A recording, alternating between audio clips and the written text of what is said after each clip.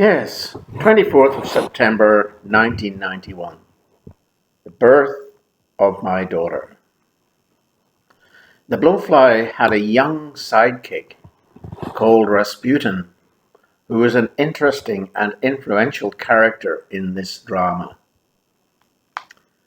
On a very special day, the day of my daughter's birth to be precise, when the new principal, Billy Bunter, was away on business in Melbourne, a most peculiar sequence of events took place. The 24th of September was a memorable day on all fronts.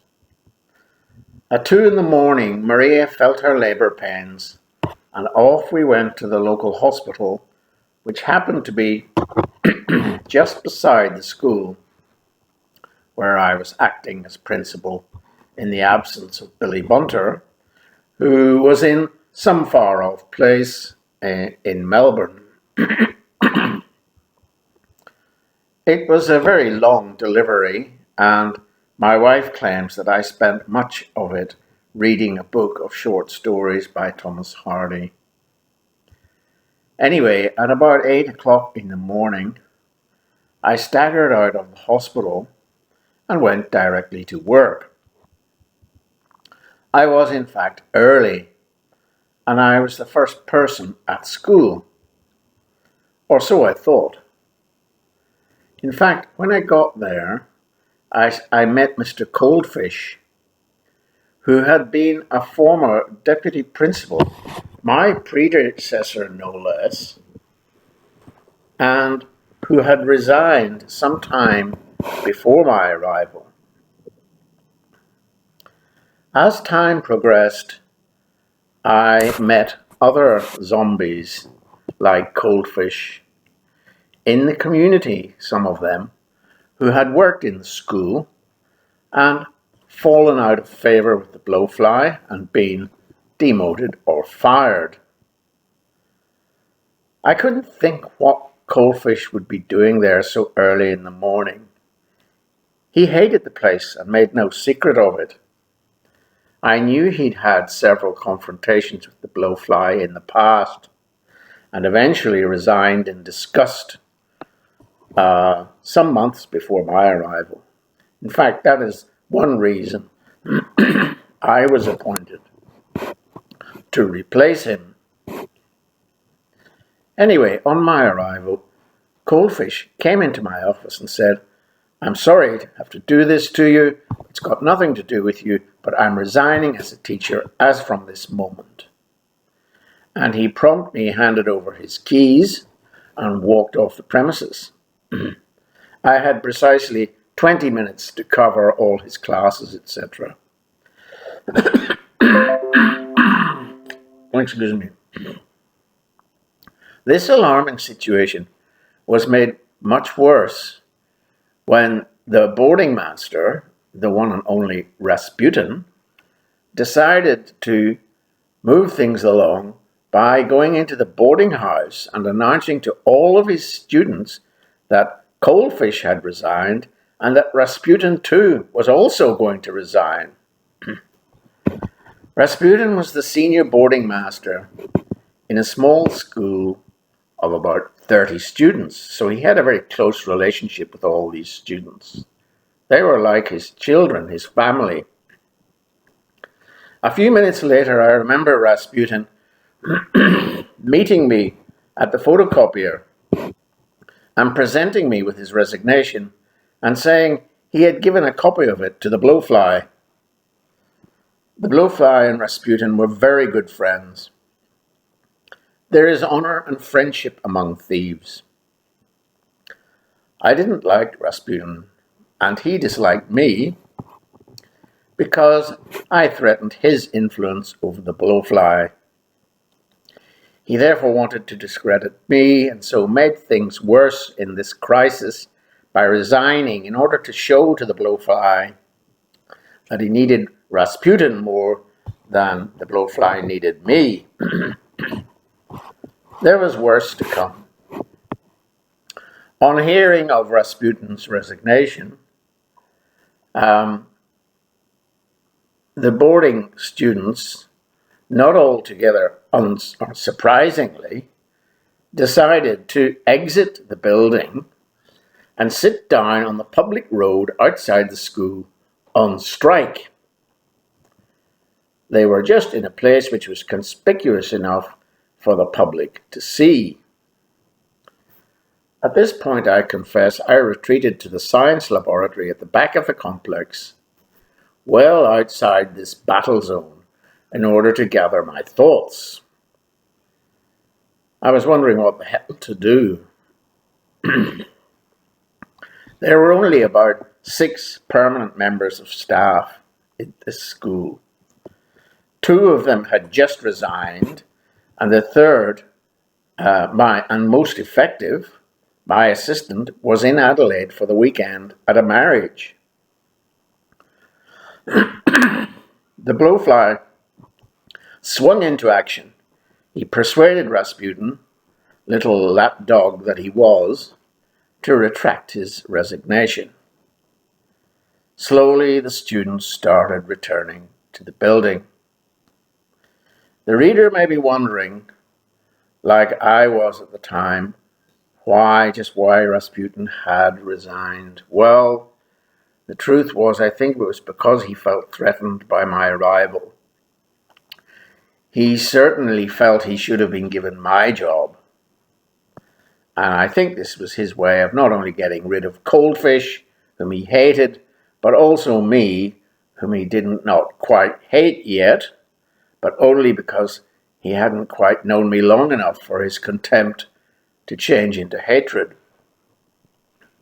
The strike was important in another way, because Billy Bunter, who was relaxing in Melbourne, realized now that he had a real job on his hands, not just a sinecure, a cushy number. Worse still for me, it became clear in the next few weeks that the blowfly had no time for Billy Bunter. And for once, I think the blowfly was probably right. Billy Bunter was lazy. He thought he had a cushy number, but he was dead wrong.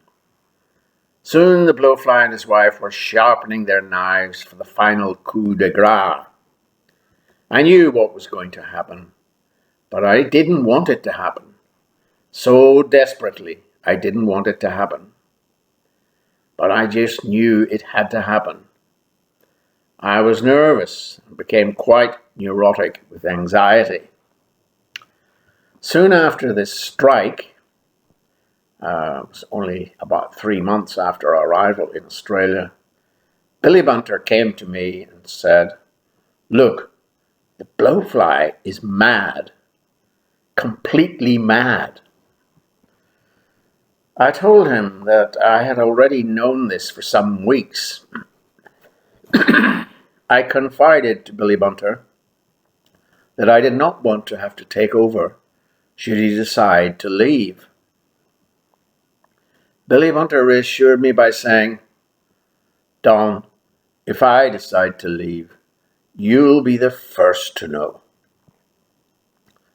Famous last words. However, like many things at the school, the manner of his leaving came as a complete surprise, not just to me, but to everyone. Billy invited all the teachers to a Christmas party, which, as nowhere else was available, was actually held at my house. It was the 24th of December 1991. I remember it well. A couple of other teachers were leaving, and it rained very heavily. I remember Billy leaving early in the pours of rain. It was Christmas Eve. It was the last time I ever saw him. A few days later, I discovered that he had come back to the school the next day and resigned secretly on Christmas Day. I was stunned, to say the very least. Shattered would be a more accurate description. I had backed the wrong horse again and confided in Billy Bunter too much, just like the Yorkshireman, his predecessor, just like the chairman. This time there was nothing to be done. I had to take over as principal or go home. The latter was not an option because we had no money and we could not have paid for the flight. I began to have panic attacks around this time. I was very nervous indeed about the future. The only person who could possibly have taken over was my assistant. But not surprisingly, she wasn't interested. She could see that the chances of survival in such a job were not very high. She'd been there almost since the beginning. The first principal of this school in the late 80s was Zombie 1, a local teacher from a local Catholic school. This man, Zombie 1, by all accounts, was a good man, a good teacher, and a good manager. Unfortunately, he turned out to have no teaching qualifications. This is a very Australian scenario. When the Registered Schools Board of Victoria got wind of this, he was given his marching orders.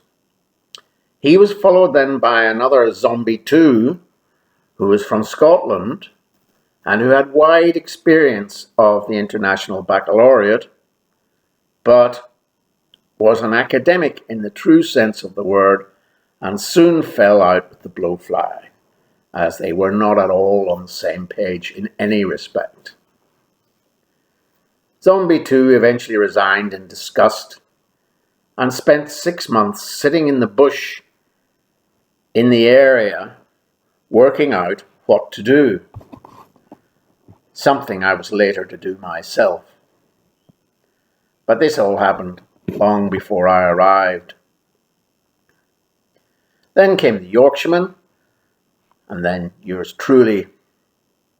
I forgot to mention the original business manager, who was also a zombie.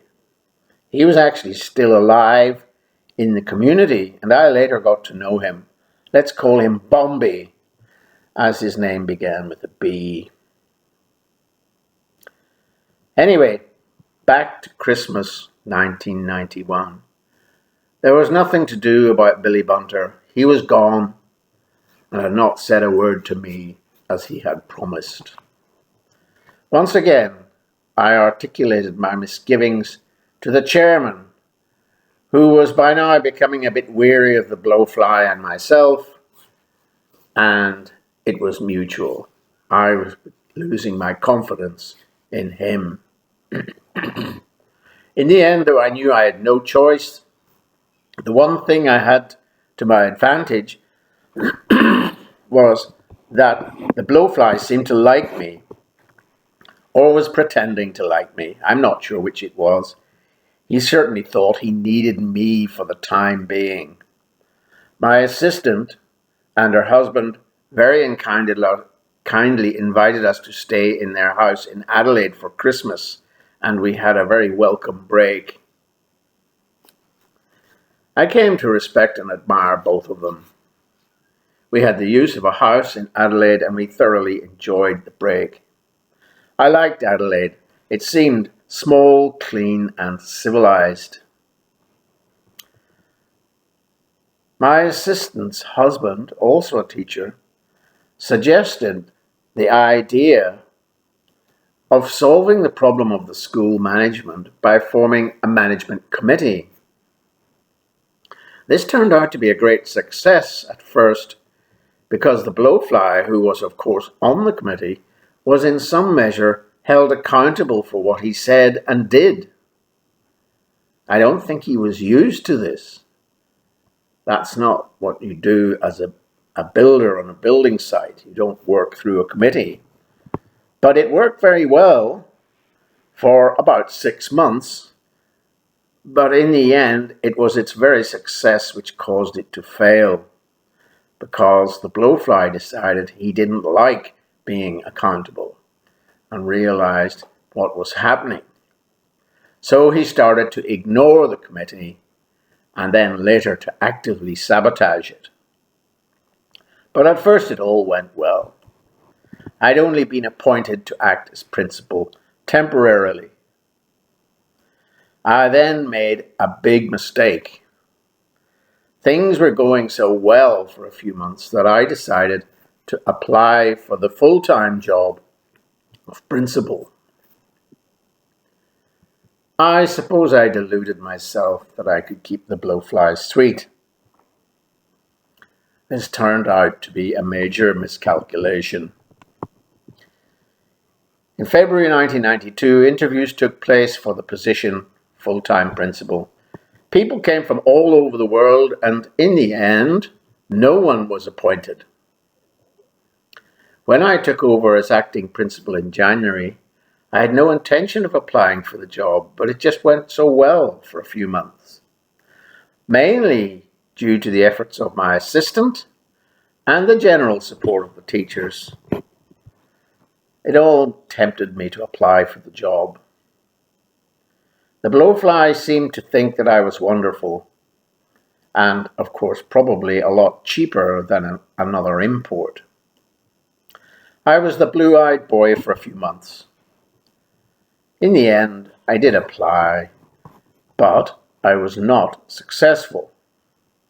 The blowfly had come up with a masterstroke of a solution.